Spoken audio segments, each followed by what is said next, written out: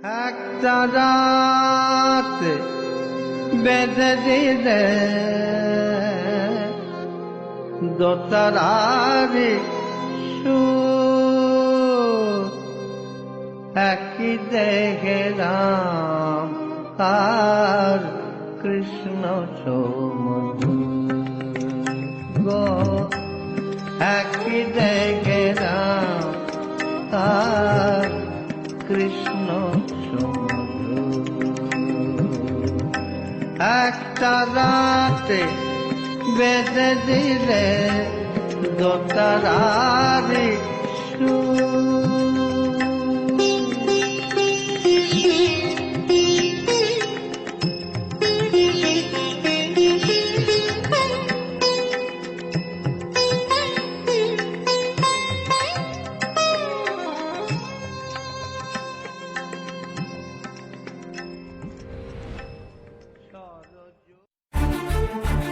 দরজা আমার বন্ধ হয়ে যাক, ক্ষতি নেই, মায়ের দরজা আমার জন্য খোলা আছে।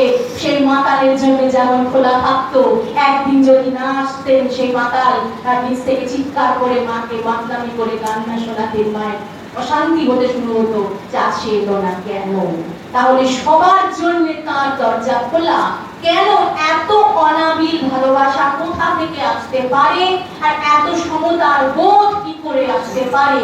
একমাত্র ব্রাহ্মী স্থিতিতে অবস্থান না করলে, সব সময় সমাধিস্থ অবস্থায় না অবস্থান করলে এই স্থিতি বা এরকম আচরণ কোনোভাবেই সম্ভব নয়। আর স্বামীজি বলেছেন, আমরা কিছু ভালোবাসার কাজ করলে বা কোনো একটা আবেগের কাজ করলে আমাদের আবেগ প্রকাশ হয়ে যায়। ভগিনী নিবেদিতাও সেই কথা বলেছেন, আমাদের আবেগ প্রকাশ হয়ে যায়, কিন্তু শ্রী শ্রী মায়ের মধ্যে কোনো আবেগ দেখতে পাওয়া যায়নি।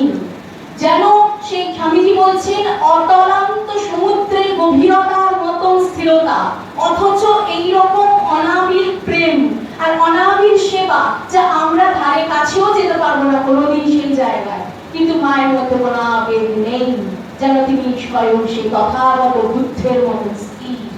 এই অবস্থাটি এমনি এমনি হয় না। অঙ্গুলি ঋষি কন্যা যে কথাগুলি আমাদের এত এত এত হাজার হাজার বছর আগে দিয়ে গেছেন, সেই ঋগ্বেদের যুগে আমরা আজকে মায়ের মধ্যে সেই মাকেই, সেই দেবী সূক্তকেই তার জীবন দিয়ে আমরা প্রমাণিত হতে দেখছি। তিনি যা বলছেন মিলে যাচ্ছে, তিনি যা করছেন হয়ে যাচ্ছে, তিনি সব নিয়ম উল্টে পাল্টে দিচ্ছেন। এগুলো কে করতে পারেন? যিনি নিয়ম যার হাতে তৈরি হয় তিনি একমাত্র তা ভাঙতে পারেন, তিনি একমাত্র তা পরিবর্তন করতে পারেন। কাজে একমাত্র রাষ্ট্রী অর্থাৎ যিনি সম্রাজ্ঞী তিনি সেটি করতে পারেন। তা আজকে কথায় কথায় অনেকটা এগিয়ে গেল সময়, আমার বেশিক্ষণ আর সময় নেই, এই শেষের দিকে বিশ্রামের দিকে এসে যাচ্ছি। তো সেইখানে একটু দুর্গা প্রসঙ্গে ছোট করে একটু বলে নিই যে দ অর্থে দৈত্য, উ অর্থে বিঘ্ন, র অর্থে রোগ, গ অর্থে পাপ, আ অর্থে শত্রু ও ভয়নাশকারিণী। এই সব কিছু মিলিয়ে দুর্গা। আর তার সঙ্গে আমরা যে প্রথমেই বলেছিলাম যে যিনি কৃষ্ণ তিনি দুর্গা, এই কথাটি আমরা গৌতমীয় তন্ত্রের মধ্যে পাচ্ছি। সেখানে এক জায়গায় বলা হয়েছে, ইয়ঃ কৃষ্ণঃ সৈব দুর্গা স্যাৎ, ইয়া দুর্গা কৃষ্ণঃ এব সঃ। যিনি কৃষ্ণ তিনি দুর্গা, যিনি দুর্গা তিনি কৃষ্ণ। একই দিনে দুজনের তো আবির্ভাব হয়েছিল। আজকে যখন আমি এখানে এসেছি, নিচে কথা বলছিলাম, ওই নিচের ঘরে বসেছিলাম, শ্রদ্ধেয় অসীম বাবু বলছিলেন যে প্রকৃতপক্ষে মা দুর্গার আবির্ভাব তো জন্মাষ্টমীর সময়। সত্যিই তো, ভাই বোন রূপে তারা দুজন তো একসঙ্গে এসেছেন। একজন এসেছেন সে নন্দ যশোদার কাছে, যশোদা গর্ভ সম্ভব রাখে, তাকে পাল্টে নিয়ে আসা হলো, তারপর তিনি অদৃশ্য হয়ে গেলেন এবং হয়ে গিয়ে তিনি বিন্ধ্যবাসিনী রূপে অবস্থান করলেন বিন্ধ্যাচলে। এখনো তিনি সেখানে অবস্থান করছেন, এই বিশ্বাস। কিন্তু এই যে যশোদা গর্ভ সম্ভূতা যে যোগমায়া, তিনি আর কৃষ্ণ অভিন্ন। নারায়ণী অবস্তুতে বারবার বলা হচ্ছে, তিনি নারায়ণের শক্তি, তিনি নারায়ণ, তিনি নারায়ণী। সেই মায়ের মধ্যে কৃষ্ণ এবং দুর্গার খেলা চলছে। মা মানে সেই শক্তি তত্ত্ব, আগেও বলেছি, আর মা মানে সেই নিরাকার নির্গুণ ব্রহ্ম। তা এখন সেই দুর্গা, যে দুর্গা কিনা কেমন বলা যায় না, দুর্গার এমন অদ্ভুত রহস্য এক ভক্ত তার গানে বলছেন, পুরাতন একটি গানের মধ্যে, মায়া রূপী দুর্গে কে জানে মায়া তোমারি, মায়া রূপী দুর্গে কে জানে মায়া তোমারি, কখনো দরিদ্র যায়া,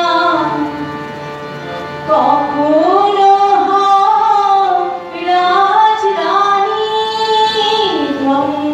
মায়া রূপী দুর্গে কে জানে মায়া তোমারি,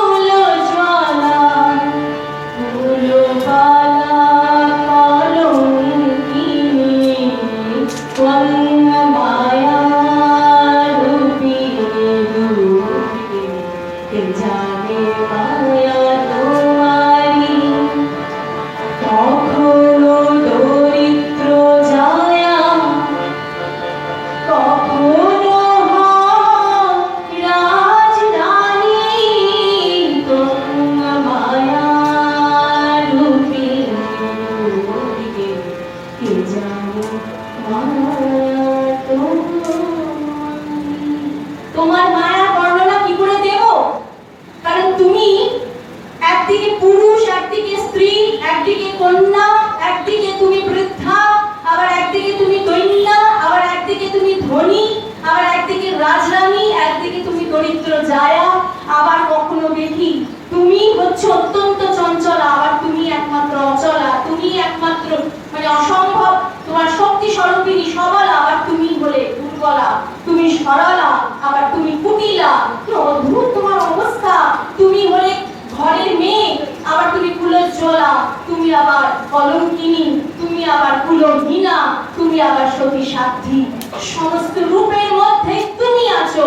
আজকে আমরা জানি শ্রী শ্রী ঠাকুর সমস্ত জগতে বিশ্ব চরাচরে মাকে খুঁজেছেন, মাকে পেয়েছেন, এবং তৎসঙ্গে যারা সমাজে নিপীড়িত এবং ঘৃণিত সমাজ, ঘৃণিত শ্রেণী, তাদের মধ্যেও তিনি মাকে দেখছেন। যে আমি দেখলাম রসিকনাথের ঘরে, আমি ধ্যানে বসে দেখলুম, মা দেখালেন যে সেই তাদের ঘরে যত মানুষ আছে তাদের প্রত্যেকের শরীরের মধ্যে সচক্রে কুলকুণ্ডলিনী খেলা করছেন, আমার মা খেলা করছেন। আমি দেখলাম যে আমি ঘটের সামনে বসে বলছি, মা তুই পুজো নিবি নে, এতক্ষণ বসে আছি, তুই আর কখন আসবি, আর কখন আমার পূজা নিবি।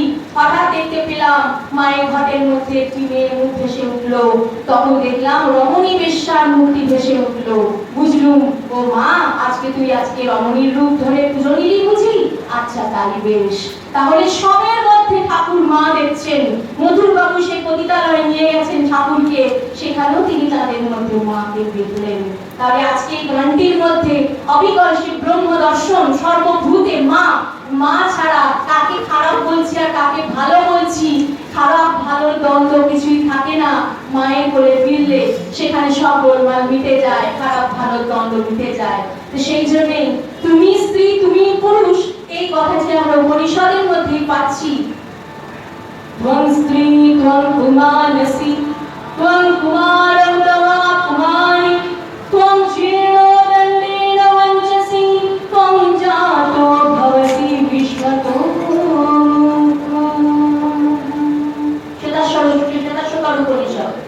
তুমি পুরুষ, তুমি স্ত্রী, তুমি সেই বৃদ্ধ দণ্ড হাতে করে নিয়ে যাচ্ছ, তুমি কুমার, তুমি কুমারী, তুমি যুবক, তুমি যুবতী, কাজে সবই তুমি। আবার সেই শ্বেতাশ্বতর উপনিষদেই আবার বলা হচ্ছে কিছুক্ষণ বাদে, নৈব স্ত্রী না কুমানেশ না চৈবায়ং না পুংসকঃ ইয়দ ইয়দ শরীরমাদত্তে তেন তেন স রক্ষতি। তুমি পুরুষও নও, তুমি স্ত্রীও নও, তুমি নপুংসকও নও, তোমার আলাদা করে কোনো পরিচিতি নেই। যেমন জলকে যে পাত্রে রাখা হয় সেই পাত্রে সে আকার ধারণ করে, তুমিও যেমন যেমন দেহভাব প্রাপ্ত হও, তেমন তেমন আকার প্রাপ্ত হয়ে তেমন তেমন নাম নিয়ে ঘুরে বেড়াও। সবই তুমি, এক তুমি, আর দ্বিতীয় কেউ নেই। আজকে আমরা এখানেই মাকে প্রণাম জানিয়ে কথাকে বিরাম দিচ্ছি। আর বিরামকালে একটি মিষ্টি গান গাইছি, যে গানটি এতক্ষণ খুব ভারী ভারী তত্ত্ব কথার মধ্যে দিয়ে মাকে নিলাম, মাকে স্মরণ করলাম। আবার তার আগে যে মায়ের লীলার কথা, শ্রী শ্রী মায়ের কথা, শ্রী শ্রী ঠাকুরের কথা নানান ভাবে আমরা বিভিন্ন ভাবব্যঞ্জনা দিয়ে শ্রবণ করেছি, অনেক মাতৃসঙ্গীত শুনেছি, মাতৃস্তব শুনেছি। কিন্তু এখন যে গানটি গাইব খুব প্রসিদ্ধ গান, আপনাদের খুব পরিচিত গান, শ্রদ্ধেয় শ্রী রামকুমার চট্টোপাধ্যায়ের গাওয়া পুরাতন বিখ্যাত গান মাকে নিয়ে। কিন্তু মা এখানে মা নন, মা এখানে ছোট নিয়ে, আর সেটি মজার গান। আর এই মাকে তার পার্বতীকে তার মা মেনকা, আবার অবাঙালি যারা উত্তরপ্রদেশ বা আরো অন্যান্য জায়গায় বাংলার বাইরে মায়না বলা হয়, মেনকা বলা হয় না। পার্বতীর মাকে মাকে বলা হয় ময়না দেবী। যাই হোক, তিনি ময়নাই হন আর মেনকাই হন। সে মা বলছেন তার মেয়েকে, সিংহের ওপর ভৃঙ্গি কয়ে, সিংহের ওপর ভৃঙ্গি কয়ে, বাপের বাড়ি চলে গেলি এত গয়না, বেটি কোথায় পেলি গয়না, বেটি কোথায় পেলি গয়না। অবস্থা তোর আছে জানা, ভাতের ওপর নুন জোটে না। অবস্থা তোর আছে জানা, ভাতের ওপর নুন জোটে না।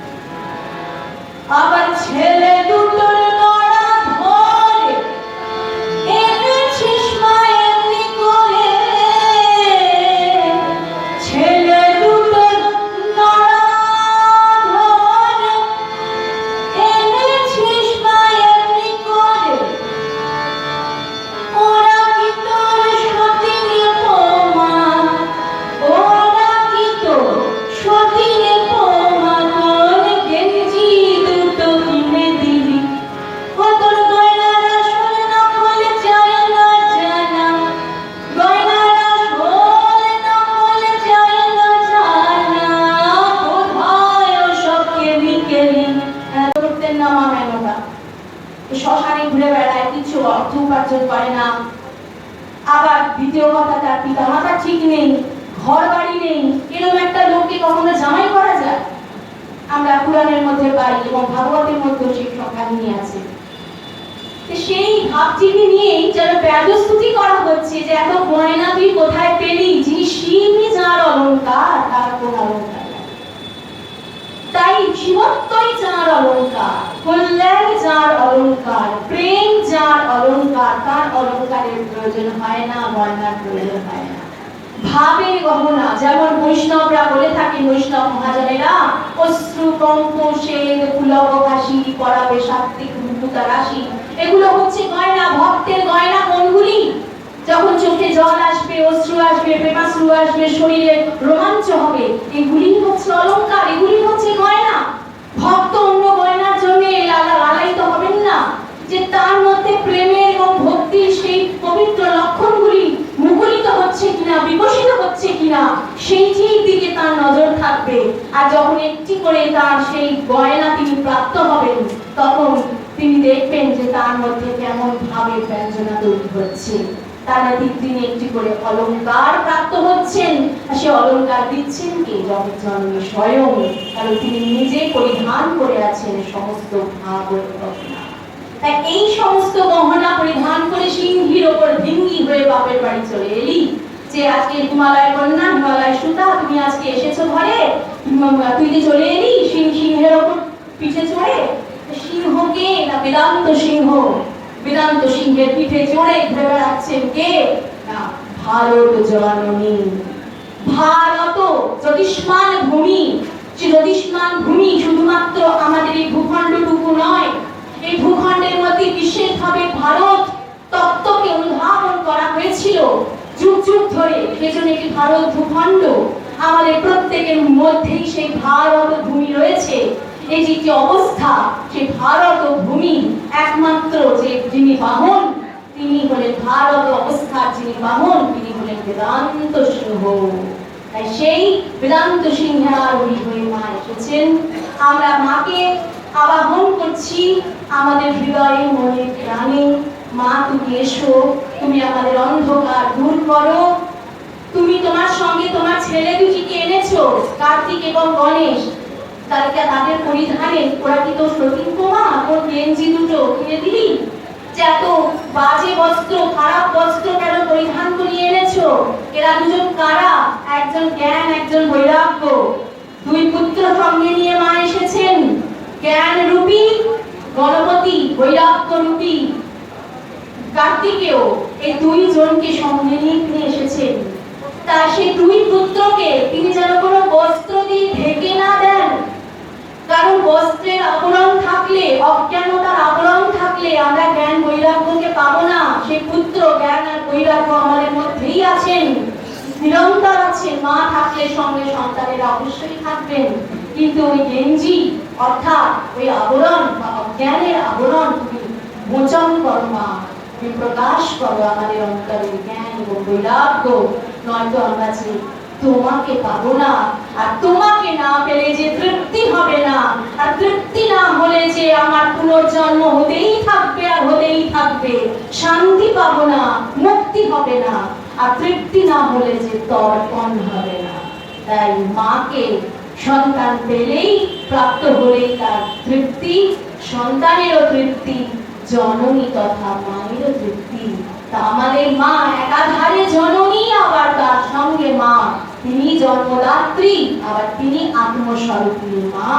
তাই আজকে আমরা সেই মাকে প্রণাম জানাই, মায়ের কাছে সেই জ্ঞান এবং বৈরাগ্য প্রার্থনা করে, তার চরণে প্রণিপাত করে, এবং সর্ববিশ্ব ব্রহ্মাণ্ডের যেখানে যেখানে আমাদের মন পৌঁছায় না, বুদ্ধি পৌঁছায় না, আমাদের চিন্তা পৌঁছায় না, সেখানেও যাদের অবস্থান, সমস্ত প্রাণের তৃপ্তির জন্য প্রার্থনা করে আজকে এখানে কথার বিশ্রাম দিচ্ছি। ওম সর্বে ভবন্তু সুখিনাঃ, সর্বে সন্তু নিরাময়াঃ, সর্বে ভদ্রাণি পশ্যন্তু, মা কশ্চিৎ দুঃখভাগ্ ভবেৎ। ওম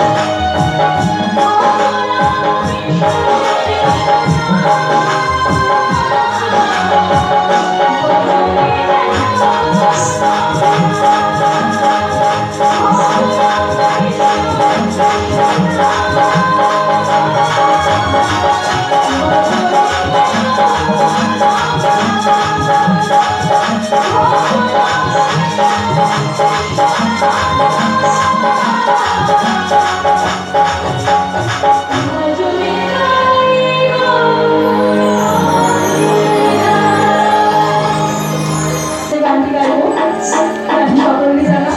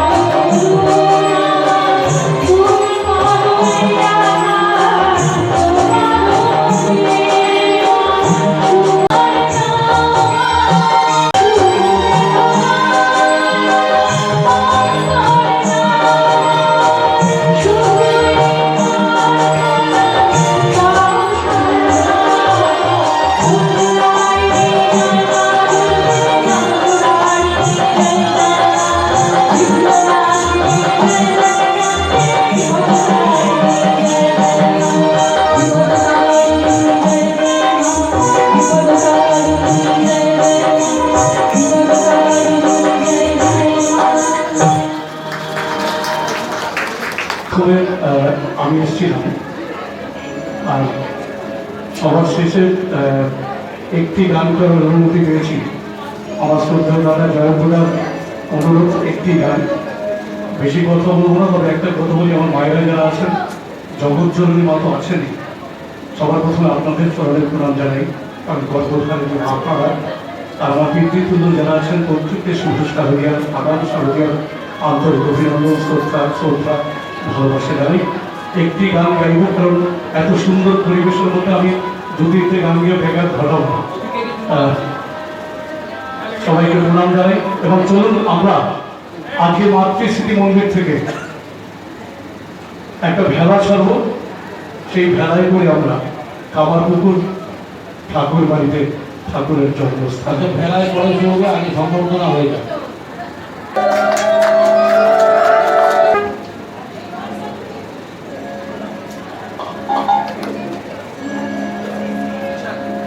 সবাই মিলে গেল চলুন।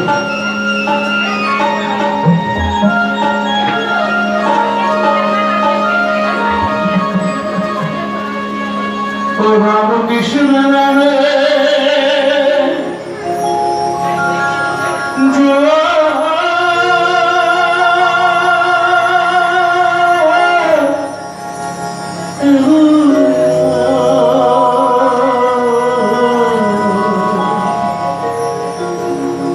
রাম কৃষ্ণ নামে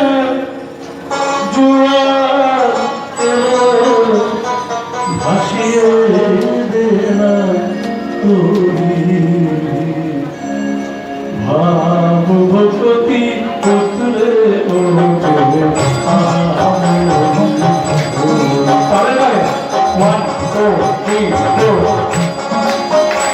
রাম কৃষ্ণ নামে কৃষ্ণ নামে ভাসিয়ে দেনা ভাবভূতি পুত্রে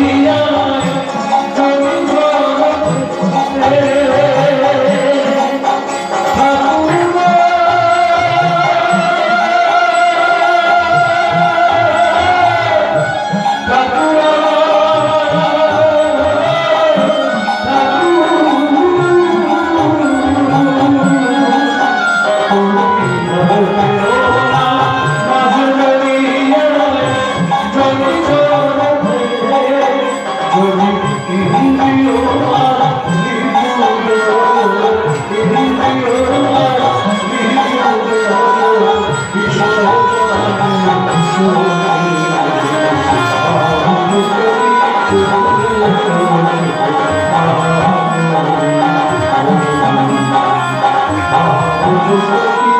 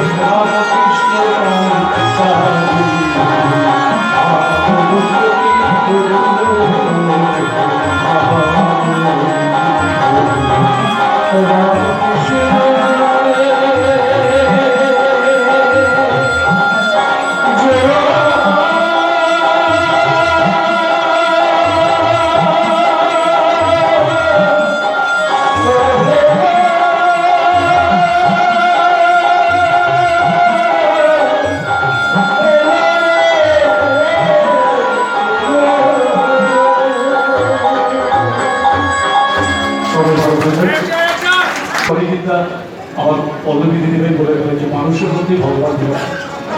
তো আমিও সেই আদর্শে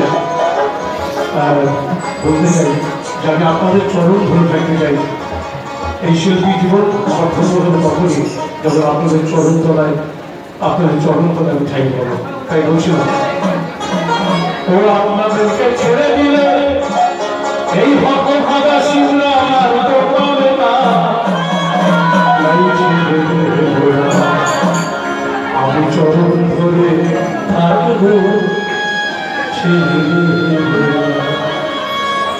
আপনাদেরকে ছেড়ে দিলে এই ভাগা শিবরা আমার তবে না। তাই ছেড়ে তোমার যাবে তোমার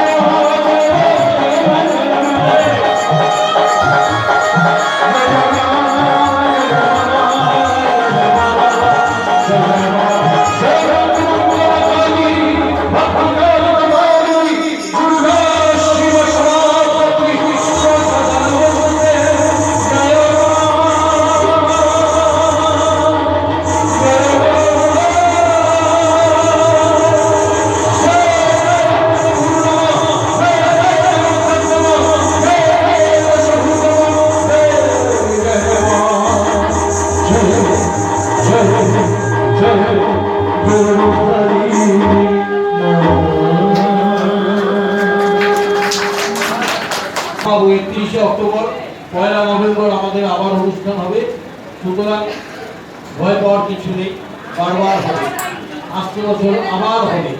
সুতরাং আমাদের